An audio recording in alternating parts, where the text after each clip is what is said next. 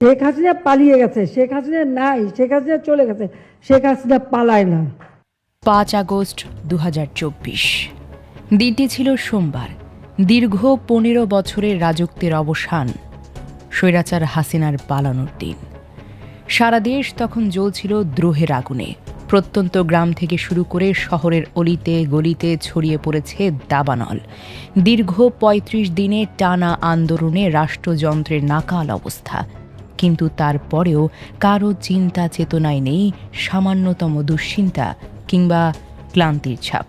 কারণ সবার লক্ষ্য স্বৈরাচার হাসিনার পতন নিশ্চিত করা। সেদিন ভোর থেকে বাংলাদেশ ছিল অন্যরকম। বৈষম্য বিরোধী ছাত্র আন্দোলন মার্চ টু ঢাকা কর্মসূচি ঘোষণা করেছিল। আগামীকাল 5ই আগস্ট সারা দেশের মুক্তিকামী জনতাকে ঢাকার উদ্দেশ্যে রওনা হওয়ার জন্য আমরা আহ্বান জানাচ্ছি। সারা দেশ থেকে লাখো লাখো মানুষ হাঁটা শুরু করে ঢাকার দিকে। গাড়িতে, রিকশায়, পায়ে হেঁটে সবার মুখে একটাই স্লোগান, শেখ হাসিনার পতন চাই, শেখ হাসিনার পতন চাই।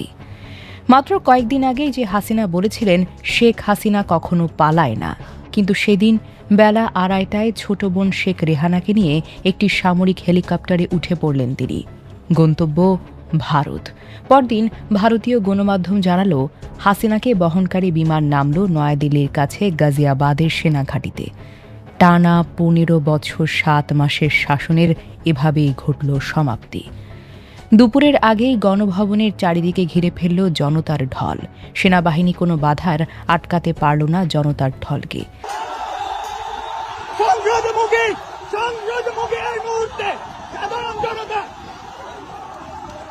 তার আগে সেনাপ্রধান ওয়াকারুজ্জামান বিটিভির মাধ্যমে জাতির উদ্দেশ্যে ভাষণ দিলেন এবং জানালেন শেখ হাসিনা পদত্যাগ করেছেন, অন্তর্বর্তী সরকার গঠিত হবে, দেশে আবার শান্তি ফিরবে। সেই মুহূর্তে সারা দেশে যেন একটা দীর্ঘ নিঃশ্বাস বের হয়ে এলো।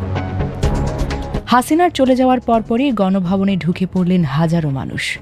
সংসদ ভবন দখলে নিল ছাত্র জনতা। গণভবনের আঙ্গিনায় হাসিনার চেয়ারে বসে ছবি তোলা থেকে শুরু করে হাঁস মুরগি নিয়ে যাওয়া পর্যন্ত সামাজিক মাধ্যমে ছড়িয়ে পড়ল অদ্ভুত রকমের উৎসবের ছবি।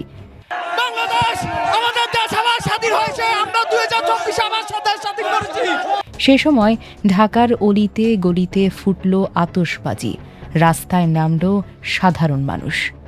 কেউ কাঁদলেন, কেউ আনন্দে ছিলেন, কেউ আবার স্বজন হারানোর শোকে। 5 আগস্ট রাতে তেজগাঁওয়ে এক সংবাদ সম্মেলনে আন্দোলনের সমন্বয়করা ভবিষ্যৎ পরিকল্পনার কথা জানালেন। পরের 3 দিনে ডক্টর মোহাম্মদ ইউনূসকে প্রধান উপদেষ্টা করে অন্তর্বর্তী সরকার গঠিত হল। 8 আগস্ট শপথ নিলেন তিনি।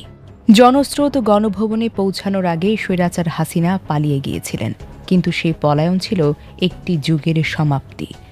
যে বাংলাদেশ 15 বছর ধরে একটি শাসনের ভার বহন করেছিল, সেই বাংলাদেশ 5 আগস্ট নতুন করে শ্বাস নিল।